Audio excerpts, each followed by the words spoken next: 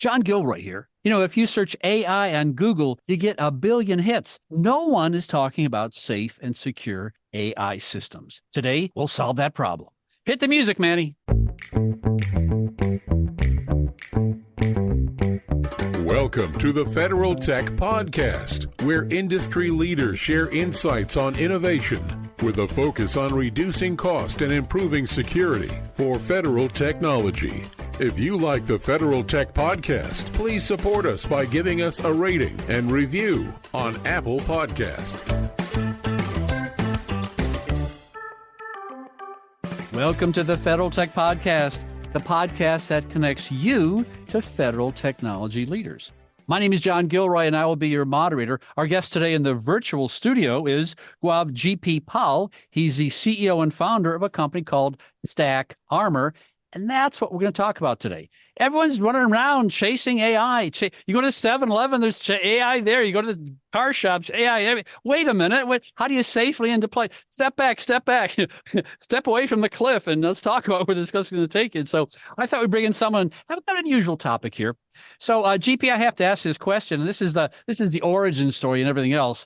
It's just that everyone's office is they're like a bunch of dogs chasing this and chasing that. You're kind of sitting back going, well, I'm going to see what's going on first, and then I'm going to chase after this. So tell me about your company and how you can help my federal listeners. Yeah, absolutely, John. First of all, Happy New Year to you. And really, really a big fan of your podcast and show. And thank you also for bringing all of these wonderful topics to our community of listeners. But yeah, you're absolutely right. I mean, for the last 2 years, nearly nonstop have been hearing about AI. And so really what we do at stackArmor is our mission is to help our customers, which tend to be either federal agencies, DoD organizations, or commercial organizations that do business with federal and DoD entities. And so we said, okay, they're going to deploy all of these AI systems. And so how are we going to go and make sure that they are safe, they are secure, the data is protected, and the consumer and the users can use these systems confidently? And what's been interesting is, I'm sure, while we've seen the rapid deployment of AI systems, we are also seeing some of the horror stories, unintended consequences and such around, bad use of AI systems. And so we basically said, okay, we'll use a lot of our experience in having secured IT systems over the last 15 years, and how can we bring those methods and practices to AI. And so really, really excited, and that's essentially what we do. Just a little bit about my background. I cut my teeth in helping federal and DoD agencies move to the cloud almost 15 years ago now, led the migration to the cloud of the first federal system called recovery.gov in support of a White House program. And so essentially what we've done is taken a lot of those lessons and applied them to the AI domain, and really, really excited to talk to you about what we call ATO for AI. And so that's really our mission. Good. You're a lot younger fellow than I am. You haven't been around very long, but I remember back when I had people sitting in the radio studio talking about cloud first. And then people very reluctant, and some people would just jump right in and they go, the water's too hot, and jump right out. And maybe you've been around long enough to see, maybe we'll take and think this thing through before you go through it. So there are people who understand exactly what an ATO is, and some people that don't. So maybe you can define what an ATO is, and then we'll put all these pieces of the puzzle together, talk about how AI can help the ATO process. Do you want to maybe define ATO for our audience, please? Yeah, absolutely, John. Unfortunately, for those of us that have lived on the Beltway for too long, all of these acronyms just flow. But ATO stands for Authority to Operate. Essentially, it's a mechanism for you to implement strong governance around your IT security. And so really, if you are a federal agency or a commercial organization supporting a federal agency, then you have to obtain this sort of good housekeeping seal of approval, which is called Authority to Operate, or ATO for short. It's a concept that NIST has come up with, and federal agencies have used it for many, many decades now. And so what we feel is the innovation that we are bringing is we believe that this construct has a lot of goodness to it. And if we apply it to an AI system, we don't have to reinvent the wheel, and we can very quickly go in and deliver safe and secure AI systems, hence the term authority to operate for AI systems, or ATO for AI in short. Yeah. Yeah. Well, we can approach this from one of two different ways. Again, this is from my years of experience, is that we can have John Gilroy stand up in a room and go, hey, I have an idea. Let's start off with some brand new requirements, brand new compliance standards for AI, and then we'll just have everyone adopt them. And then someone in the back of the room, like GP, is going to be there and say, been there, done that, got the T-shirt, got the broken nose, and had a lot. And here's where we suggest maybe we should see what we have in place right now and maybe build on that rather than building a whole new car from scratch. But I can see how people are going to stand up and raise their hand. I have an idea. We'll have a brand new Gilroy regulation for AI, huh? That's exactly right, John. And I think you were absolutely right. You mentioned cloud first. And just as a side note, the FedRAMP program, the Federal Risk and Management Program for Commercial Cloud Services, was actually born a little over 10 years ago. And so, we had Cloud First show up, and we had then the FedRAMP program begin in 2011. And if you measure that today, just last year, as part of the NDAA legislation of 2022, FedRAMP became an act. And so if you look at how long it took for cloud technologies to be accepted and to be secured, it took us over a decade to kind of get here. And so do we really want to go and spend another decade trying to secure? No, stop, no. And so we just feel that AI systems are here. The goodness of those AI capabilities should be delivered to the American people. And we just think that we can learn from a lot of those lessons, hard lessons, as you said, over the last 10 years, and do this much faster. And that's really what we are all about, is how do we go in and accelerate and deliver these solutions faster for our government, for our public sector organizations, and really the American people, and again, globally as well. So that's I think the model. Yeah, your company is stackArmor, StackArmor. Went to your website this morning, and I think just to show the leadership in that whole concept there, you've put together a center of excellence. And I noticed the names on this. This is like having, NFL All-Stars. It's like having Tom Brady. I mean, the people you have in this group, it's like, who's going to argue with these people? Richard Spires, really? Teresa Carlson, you can argue with her? No way. So they've gone through the same thing you have, jump in the water, get out and go, now I need a wetsuit. Well, why didn't you tell me that before? So tell me about your center of excellence and what they're up to. Yeah, absolutely. I was just so excited to be able to go with this idea. The way sort of this transpired is we came up with this ATO for AI concept, and just to test the waters and see if we are smoking something or if this is real or not. We went to some of the folks we knew and we said, hey, Suzette knows a few things around how to go in and transform government and deploy new technologies. Maria wrote, Alan Thomas, Richard Spires, and certainly Teresa Carlson. And we sent them a very brief note on what AI, how to secure AI with existing ATO methods. And all of them were really, really positive, very, very quick to go in and give us their blessings and say, hey, this makes a lot of sense. And so, just testing that concept with such knowledgeable people. And not only did they give us great feedback, they said, hey, we love what you're doing, and we would love to be part of it and bring this to the government, and because it can do a lot of good. And so we came up with this idea of the AI Risk Management Center of Excellence. And so all of these really, really senior federal and public sector executives bring a lot of experience in bringing new technologies to bear within what we call the government enterprise, right? And so, Richard Spires, of course, has been with the DoD, with IRS and DHS, and he knows a thing or two about how to go in and bring cloud technologies or mobile technologies and now, AI technologies into federal agencies. And so we have just absolutely benefited from their advice. And more importantly, we have leveraged a lot of their experience to create a wonderful white paper as a resource to provide essentially a playbook or some really valuable nuggets of information that agencies can use to go in and now implement a lot of the requirements that they are faced with based on the White House executive order on AI. And so really that's the goal of our COE and the white paper. So if you're listening to this and you want to get the white paper, you can go to GP's website at stackArmor, STACKARMR.com/AI. That's where the white paper is at. That right, GP? That's absolutely right, John. Absolutely. And this is free for everybody to download and read. And that is going to be made live as a first announcement from this podcast. So it's a great start to the new year for us. Well, I said earlier, you're just a young puppy and I'm an old guy.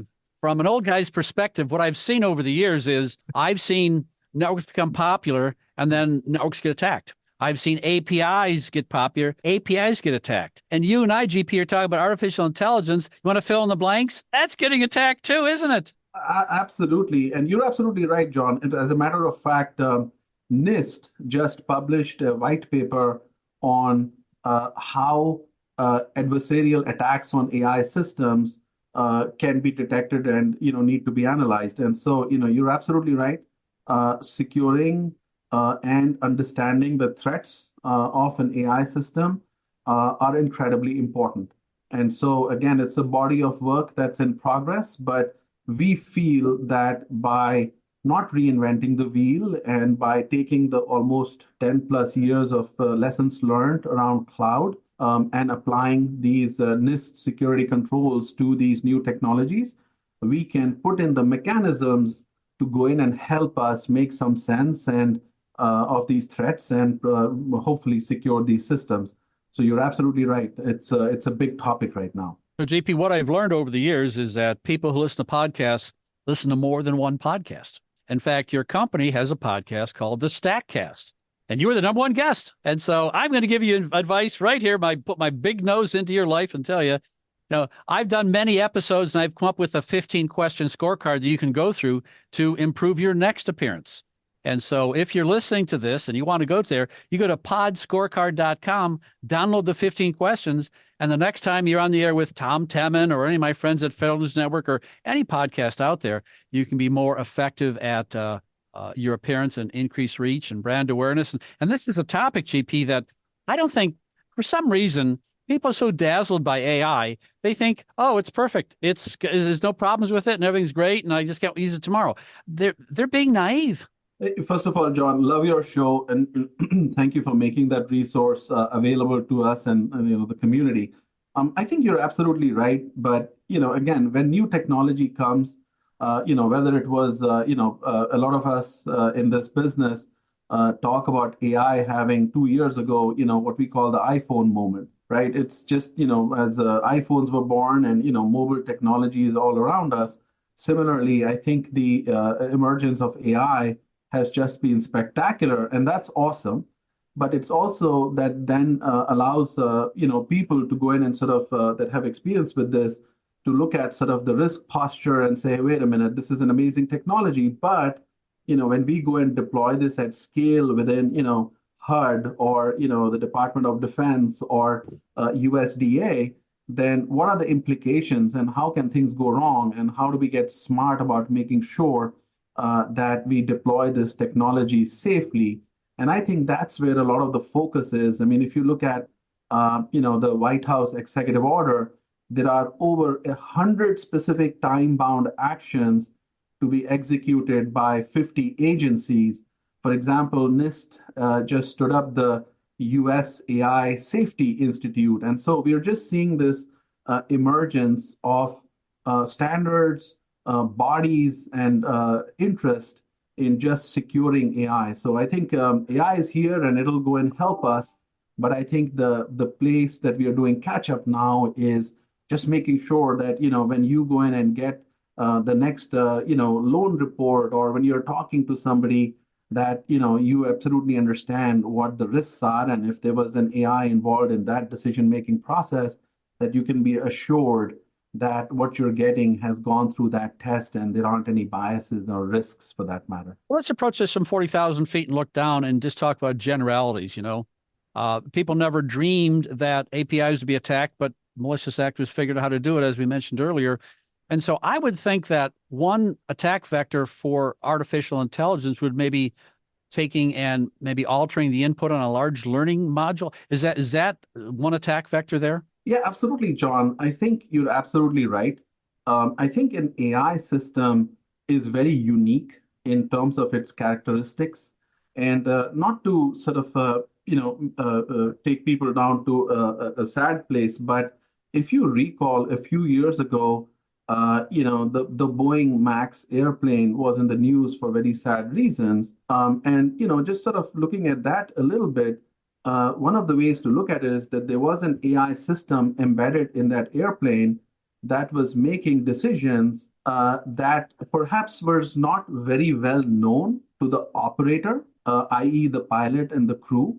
And so we believe that an AI system absolutely can be attacked in the way that you described, which in our view is sort of the more traditional way of looking at it, where you come in from the outside and there's an external threat. And, I think there are ways to go and mitigate it. But I think more importantly, or equally importantly, is the fact how AI can also be faced with a lot of internal threats, either both intentional or unintentional, right? So, for example, it's very important to make sure, as we saw a few, months ago, where I think there was a law firm that put a lot of confidential information into a generative AI or an LLM model, and that data was confidential data that leaked. Now, in that scenario, it wasn't malintentioned and it wasn't an external threat, but it was an internal threat where lack of information, education, and knowledge.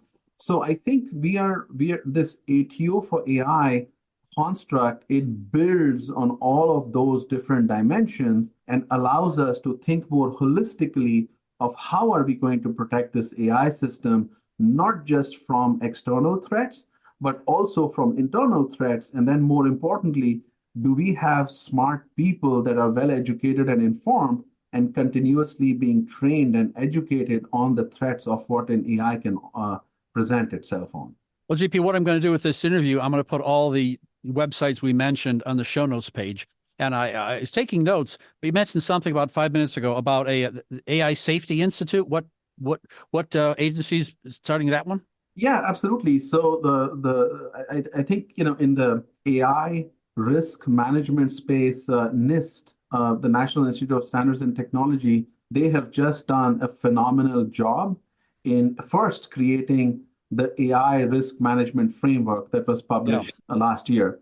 Now, as a follow-up, based on the White House executive order, they have stood up the NIST. The agency has been asked to stand up the U.S. AI Safety Institute and Consortium, and that was announced late last year as part of a joint announcement with the UK.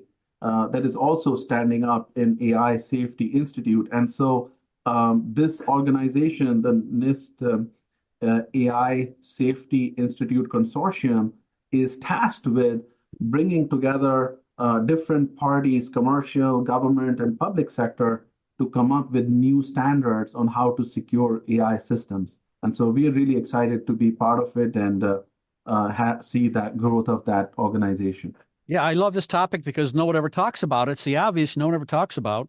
And I think we'll put links to the NIST and to your white paper so people can really learn. And, a topic like this, people never even consider. They just assume it's going to be fine. You never worry about buy that electric car and drive to Kansas. Well, where are you going to get it charged? Oh, don't worry. Did you make it to Ohio, GP? No, well, I think there's so many parallels here. But you've seen things in life. I've seen things in life. Just drive it. Really? Well, they want to look before you leap. That would be the motto of your company, I would think.